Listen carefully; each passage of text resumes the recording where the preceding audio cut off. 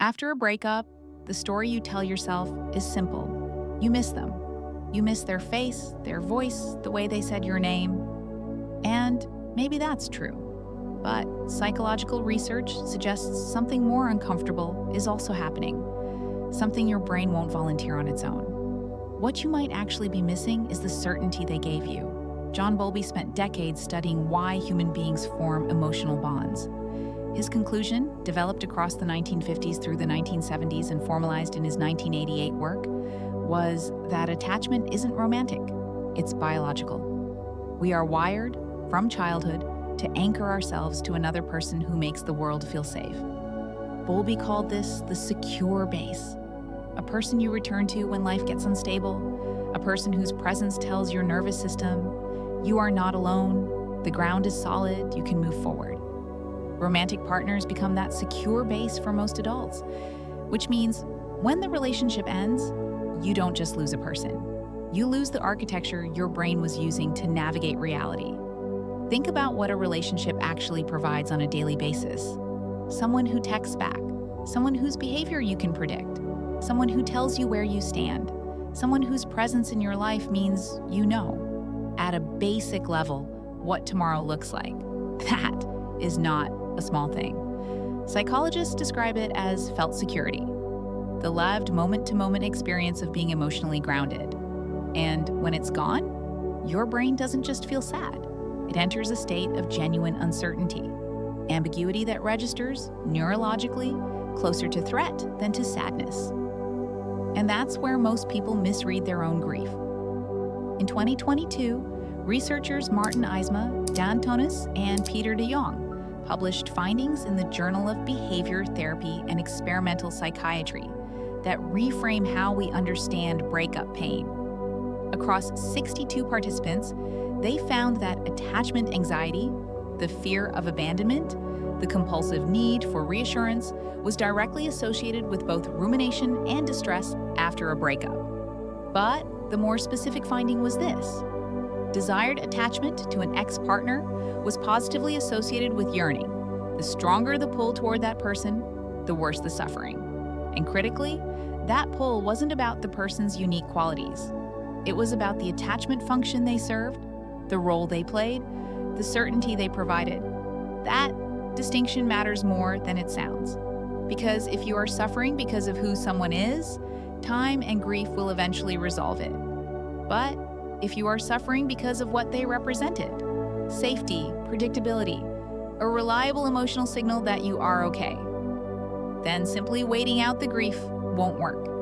You will transfer that need to the next person who offers it, or you will spend years chasing the same dynamic with different names and faces, wondering why it keeps going wrong. Bowlby's research identified something he called the internal working model, the mental framework built through early relationships that shapes what you expect from love. Whether you expect to be abandoned, whether you trust that support will be available, whether intimacy feels safe or dangerous. This model runs underneath every relationship you enter as an adult, and it doesn't update automatically. It runs on old data, which means the panic you feel after a breakup may not be entirely about this relationship. It may be older than that. It may be the internal working model activating patterns it's been running since childhood. People with anxious attachment styles are particularly vulnerable to this. They seek reassurance frequently. They interpret ambiguity as danger. They monitor the relationship constantly for signs of threat. And when the relationship ends, they don't just experience loss. They experience confirmation of their worst fear, that they are not secure, that the ground was never solid, that they were right to be afraid. A 2024 study published in the journal that followed research from October 2023 reinforced this. Led by Kristen Gale and colleagues, the research found that attachment style doesn't just influence how much you hurt after a breakup.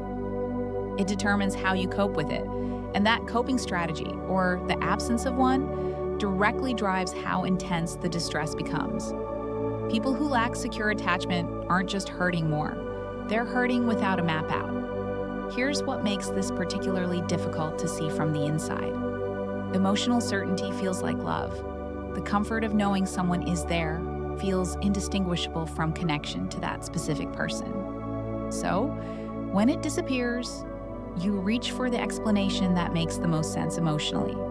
You miss them. You want them back. If you could just have them back, the feeling would stop. And sometimes that's true. Sometimes it really is the person. But research on secure attachment consistently shows something counterintuitive. People who are securely attached, who have a stable internal sense of safety, recover from relationship loss more effectively. Not because they loved less, because the loss of one secure base doesn't collapse their entire sense of stability. Their felt security was never entirely dependent on that one person. They grieve. They move forward.